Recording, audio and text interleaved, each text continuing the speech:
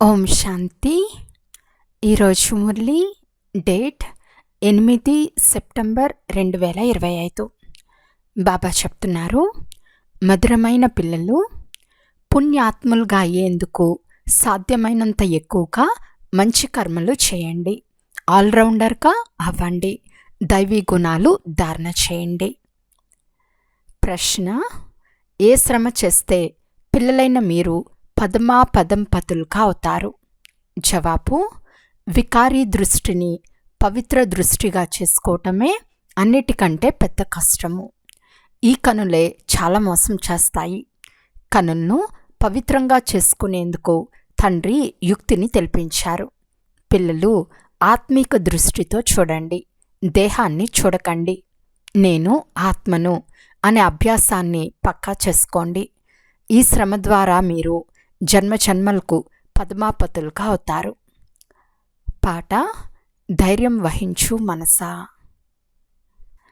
ఓం శాంతి. ఇలా ఎవరన్నారు? శివబాబా బ్రహ్మ శరీరం ద్వారా చెప్పారు. ఏ ఆత్మ అయినా శరీరం లేకుండా మాట్లాడలేదు. తండ్రి కూడా శరీరంలో ప్రవేశించి ఆత్మలకు అర్థం చేయిస్తారు.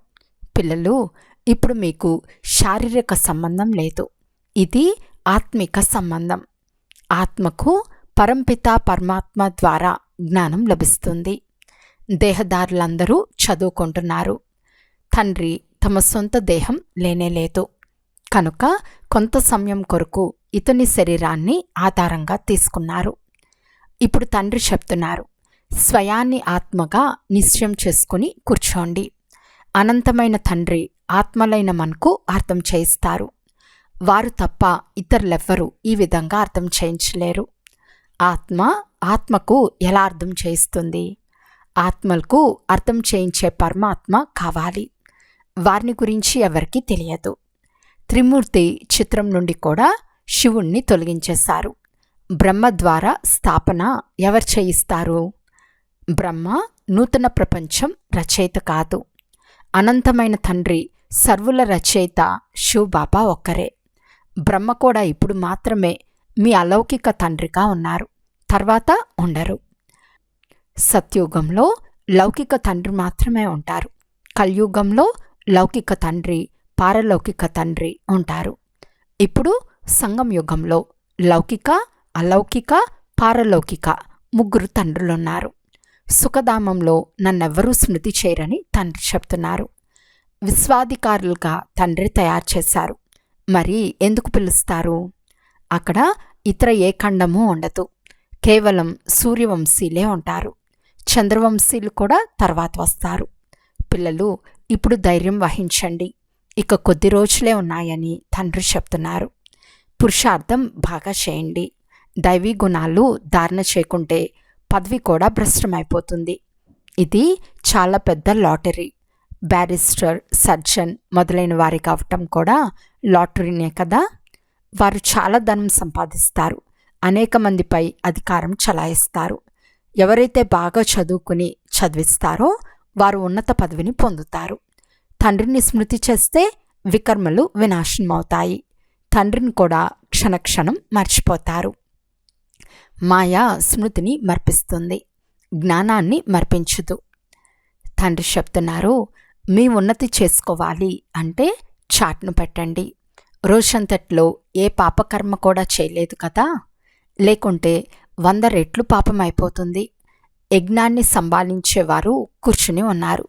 వారి సలహా అనుసారం చేయండి. ఎక్కడ కూర్చోపెడతారో, ఏం తినిపిస్తారో అని కూడా అంటారు. కావున మిగిలిన ఆశలన్నిటినీ వదిలేయాలి, లేకుంటే పాపం పెరుగుతూ ఉంటుంది. ఆత్మ పవిత్రంగా ఎలా అవుతుంది? యజ్ఞంలో ఏ పాపకర్మ చేరాదు. ఇక్కడ మీరు పుణ్యాత్ములుగా అవుతారు. దొంగతనాలు, మోసాలు మొదలైనవి చేయటం పాపం కదా. మాయా ప్రవేశిస్తుంది. వారు యోగం చేయలేరు, జ్ఞానాన్ని కూడా ధారణ చేయలేరు. మీ మనసును మీరే ప్రశ్నించుకోవాలి. నేను గుడ్డివారిగా ఊతకర్రగా అవ్వలేదు అంటే నన్నేమంటారు? అందులని అంటారు కదా. ఈ సమయం గురించే ధృతరాష్ట్రుని పిల్లల్ని గాయనం చేయబడింది. వారు రావణ రాజ్యంలో, మీరు సంగం యుగంలో ఉన్నారు. రామరాజ్యంలో మీరే మళ్ళీ సుఖాన్ని పొందుతారు. పరంపిత పరమాత్మ సుఖాన్ని ఎలా ఇస్తారో ఎవరి బుద్ధిలోకి రాదు. ఎంత బాగా అర్థం చేయించినా బుద్ధిలోకి వచ్చోదు. స్వయాన్ని ఆత్మగా భావించినప్పుడే పరమాత్మ జ్ఞానం కూడా అర్థమవుతుంది. ఆత్మ ఎలా పురుషార్థం చేస్తుందో అలా తయారవుతుంది. గాయనం కూడా ఉంది. అంతకాలంలో ఎవరు తన భార్యను స్మృతి చేస్తారో, తండ్రి చెప్తున్నారు, ఎవరు నన్ను స్మృతి చేస్తారో వారే నన్ను పొందుతారు, లేకుంటే చాలా శిక్షలు అనుభవించి వస్తారు. సత్యుగంలో కూడా రారు, త్రేతాయుగంలో కూడా చివరిలో వస్తారు. సత్య త్రేతాయుగాలను బ్రహ్మ పగలు అని అంటారు. ఒక్క బ్రహ్మ మాత్రమే ఉండరు. బ్రహ్మకు అనేక మంది పిల్లలున్నారు కదా. బ్రాహ్మణుల పగలు తర్వాత బ్రాహ్మణుల రాత్రి వస్తుంది. ఇప్పుడు రాత్రిని పగలుగా చేసేందుకు తండ్రి వచ్చారు. ఇప్పుడు బ్రాహ్మణులే పగల్లోకి వెళ్లేందుకు ఏర్పాట్లు చేసుకుంటున్నారు. తండ్రి ఎంతగానో అర్థం చేయిస్తారు. దైవీ ధర్మస్థాపన తప్పకుండా జరుగుతుంది. కలియుగ వినాశనం కూడా తప్పకుండా జరగాల్సిందే. ఎవరికైనా లోపల కొద్దిగా సంశయం ఉన్నా వారు పారిపోతారు. మొదట నిశ్చయం, తర్వాత సంశయం కలుగుతుంది. ఇక్కడి నుండి మరణించి మళ్ళీ పాత ప్రపంచంలోకి వెళ్ళి జన్మిస్తారు. వినశాంతి అయిపోతారు. తండ్రి శ్రీమతంను అనుసరించాలి కదా. పిల్లలకు చాలా మంచి మంచి పాయింట్లు ఇస్తూ ఉంటారు. మొట్టమొదట మీరు ఆత్మలు, దేహం కాదని అర్థం చేయించండి, లేకుంటే లాటరీ అంతా అదృశ్యమవుతుంది. భలే, అక్కడ రాజైనా ప్రజలైనా అందరూ సుఖంగా ఉంటారు. కానీ శ్రేష్ఠ పదవిని పొందుకునేందుకు పురుషార్థం చేయాలి కదా. సుఖధామంలోకైతే వెళ్తాం కదా, అది చాలని అనుకోరాదు. శ్రేష్ఠ పదవిని పొందాలి. రాజులుగా అయ్యేందుకు వచ్చారు. ఇటువంటి తెలివైన వారు కూడా కావాలి. తండ్రి సేవను చేయాలి. ఆత్మిక సర్వీస్ చేయలేకపోతే స్థూలమైన సేవ అయినా చేయాలి. అక్కడక్కడ పురుషులు కూడా పరస్పరం కలిసి క్లాసులు జరుపుకుంటూ ఉంటారు. ఒక అక్కయ్య మధ్య మధ్యలో వెళ్ళి క్లాసులు చేస్తారు. వృక్షం చాలా నిదానంగా వృద్ధి చెందుతుంది కదా. సేవా కేంద్రాలకు ఎంతోమంది వస్తూ ఉంటారు. తర్వాత నడుస్తూ నడుస్తూ అదృశ్యమవుతారు. వికారాలకు వశమైతే తర్వాత సేవా కేంద్రానికి వచ్చేందుకు కూడా సిగ్గుపడతారు, డీలా అయిపోతారు. వీరు వ్యాధిగ్రస్తులయ్యారని అంటారు. తండ్రి అన్ని విషయాలను అర్థం చేయిస్తూ ఉంటారు. జమ అవుతూ ఉందా లేదా, లాభమా లేక నష్టమా అని మీ లెక్కాచారంను ప్రతిరోజు చూసుకోండి. ఆత్మ పవిత్రమైంది అంటే 21 జన్మలకు జమ అవ్వటం. తండ్రి స్మృతి ద్వారానే జమ అవుతుంది. పాపం కట్ అయిపోతుంది. ఓ పతిత పావన బాబా, మీరు వచ్చి మమ్మల్ని పావనం చేయండి అని కూడా అంటారు. మీరు వచ్చి మమ్మల్ని విశ్వాధికారులుగా చేయమని ఎవరు పిలవరు. ముక్తి జీవన్ముక్తి ధామాలు 2 పావన ధామాలని పిల్లలైన మీకు మాత్రమే తెలుసు. మనము ముక్తి జీవన్ముక్తుల వారసత్వాన్ని పొందుతామని పిల్లలైన మీకు తెలుసు. ఎవరైతే బాగా చదవరో వారు చివరిలో వస్తారు. స్వర్గానికి రానే వస్తారు. అందరూ తమ తమ సమయాలలో వస్తారు. అన్ని విషయాలు అర్థం చేయించబడతాయి. వెంటనే ఎవరూ అర్థం చేసుకోలేరు. ఇక్కడ మీకు తండ్రిని స్మృతి చేసేందుకు ఎంత సమయం లభిస్తుంది? ఎవరు వచ్చినా తమను తాము ఆత్మగా భావించమని చెప్పండి. ఈ జ్ఞానాన్ని తండ్రి మాత్రమే ఇస్తారు. వారే సర్వాత్మల తండ్రి. అతను ఆత్మాభిమానులుగా అవ్వాలి అని చెప్తున్నారు. ఆత్మ జ్ఞానాన్ని తీసుకుంటుంది. పరమాత్మ అయిన తండ్రిని స్మృతి చేస్తేనే వికర్మలు వినాశనమవుతాయి. వారు సృష్టి ఆది మధ్య అంతముల జ్ఞానంను కూడా ఇస్తారు. రచయితను స్మృతి చేస్తేనే పాపాలు భస్మమవుతాయి. తర్వాత రచయిత ఆది మధ్యాంతాల జ్ఞానాన్ని అర్థం చేసుకుంటే మీరు చక్రవర్తి రాజులుగా అవుతారు. అంతే, ఇది ఇతరులకు కూడా వినిపించాలి. చిత్రాలు కూడా మీ వద్ద ఉన్నాయి. ఇది రోజంతా బుద్ధిలో ఉండాలి. మీరు విద్యార్థులు కూడా అయ్యారు కదా.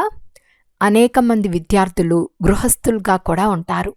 మీరు కూడా గృహస్థ వ్యవహారంలో ఉంటూ కమల్ పుష్ప సమానంగా అవ్వాలి. సోదరీ సోదరుల మధ్య వికారీ దృష్టి ఎప్పుడూ ఉండదు. ఇక్కడ మీరు బ్రహ్మ ముఖవంశావళి.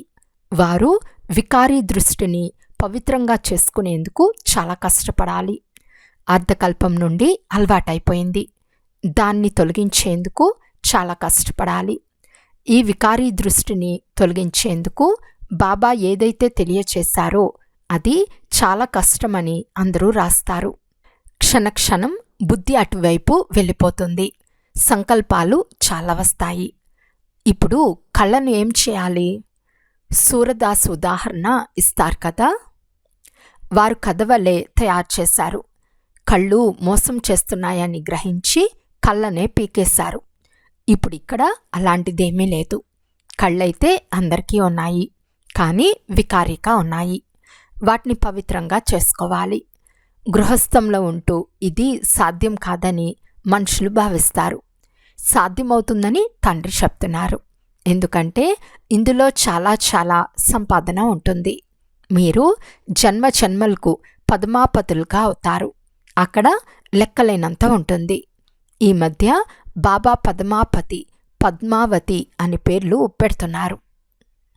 మీరు లెక్కలేనంత పద్మాపతులుగా అవుతారు. అక్కడ అసలు లెక్క పెట్టడం అనేదే ఉండదు. రూపాయలు వెలువడినప్పుడు లెక్క పెట్టడం మొదలవుతుంది. అక్కడ బంగారం, వెండి నాణ్యాలు పనికి వస్తాయి. ఇంతకుముందు సీతారాముల రాజ్యంలోని నాణ్యాలు దొరికేవి. సూర్యవంశ రాజ్యంలోని నాణ్యాలు ఎప్పుడూ చూడలేదు. చంద్రవంశం నాణ్యాలు చూస్తూనే వచ్చారు. మొదటంతా బంగారం నాణ్యాలే ఉండేవి, తర్వాత వెండివి. ఈ రాగివి తర్వాత చివర్లో వెలువడ్డాయి.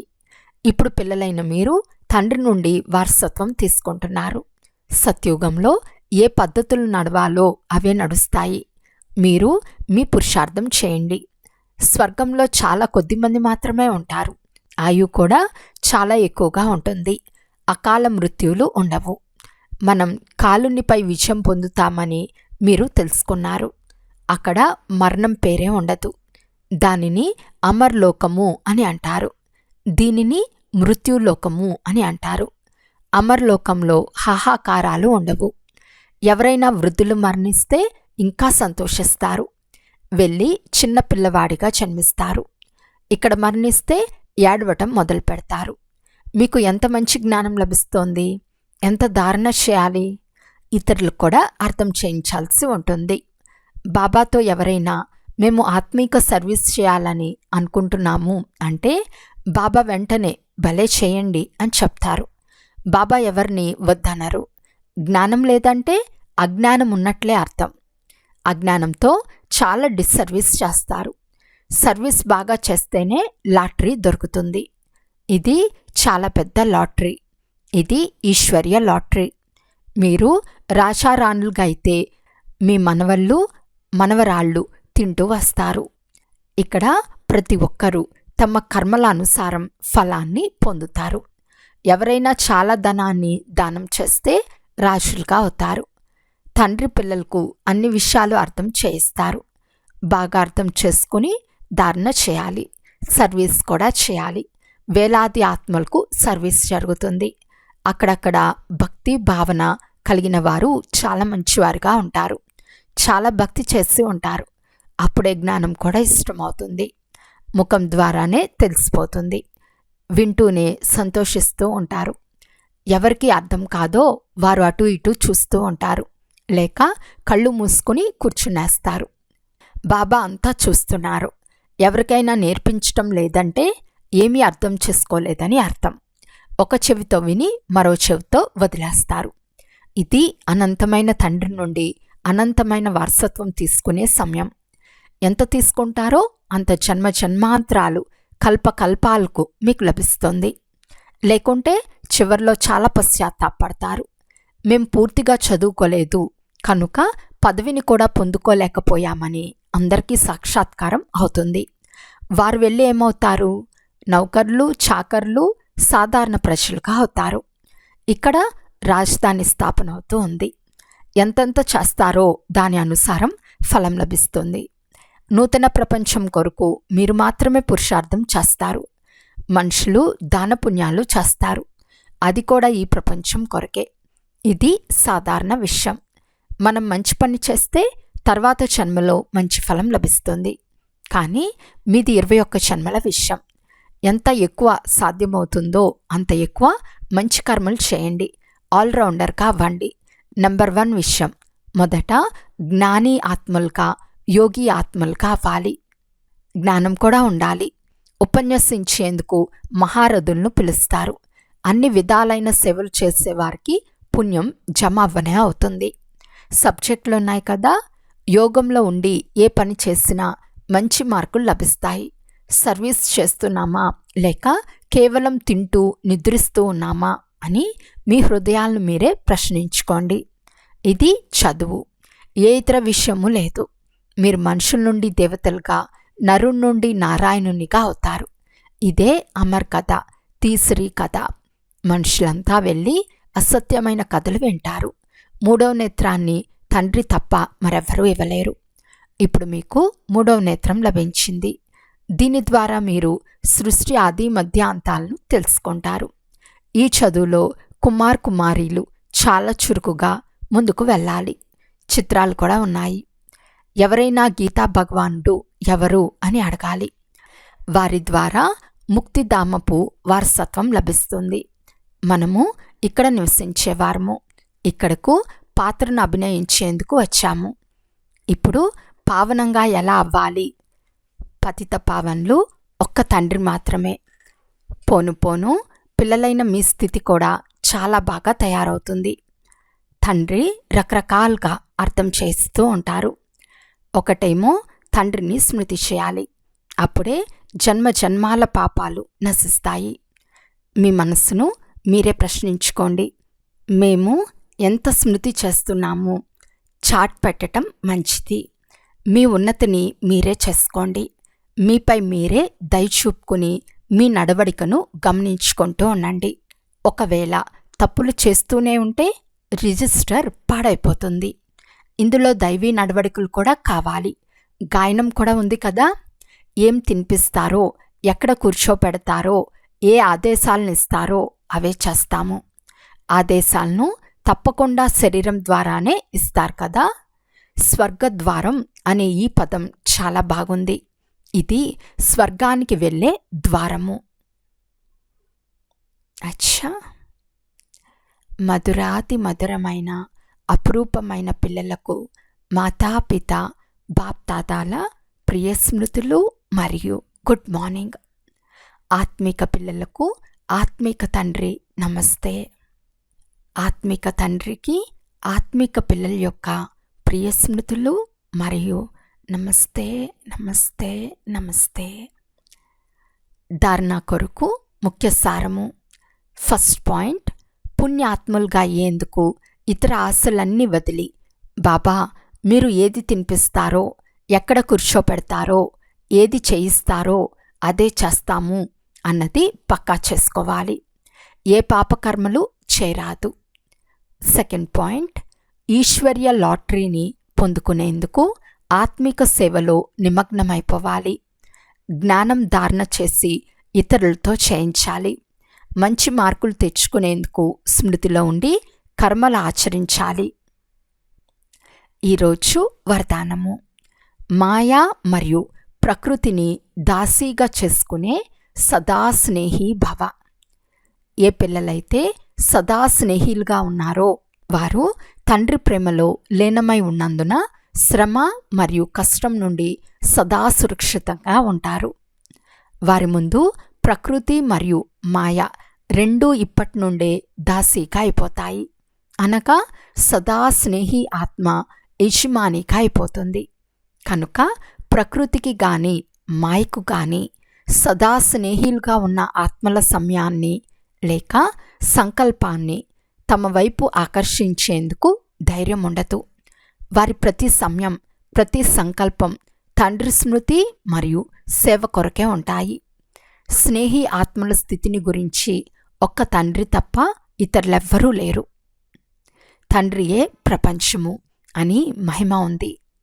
వారి సంకల్పం ద్వారా కూడా అధీనులు కావరు. స్లోగన్: నాలెడ్జ్ఫుల్ అయితే సమస్యలు కూడా మనోరంజనం యొక్క ఆటగా అనుభవం అవుతాయి. అవ్యక్త సూచన: ఇప్పుడు లగ్నం అనే అగ్నిని ప్రజ్వలితం చేసి యోగాన్ని జ్వాలారూపంగా చేయండి. ఈ కలియుగి తమో ప్రధానమైన శిథిలావస్థలో ఉన్న పాత వృక్షాన్ని భస్మం చేసేందుకు సంఘటిత రూపంలో ఫుల్ ఫోర్స్తో యోగా జ్వాలను ప్రజ్వలితం చేయండి. అయితే స్మృతి యొక్క లింక్ సదా జోడింపబడి ఉన్నప్పుడు మాత్రమే అటువంటి జ్వాలా స్వరూప స్మృతి ఉంటుంది. ఒకవేళ లింక్ మాటిమాటికి తెగిపోతూ ఉంటే జోడించేందుకు సమయం కూడా పడుతుంది, శ్రమ కూడా ఉంటుంది. అంతేకాక శక్తిశాలికి బదులు బలహీనమైపోతారు. అచ్చా, ఓం శాంతి.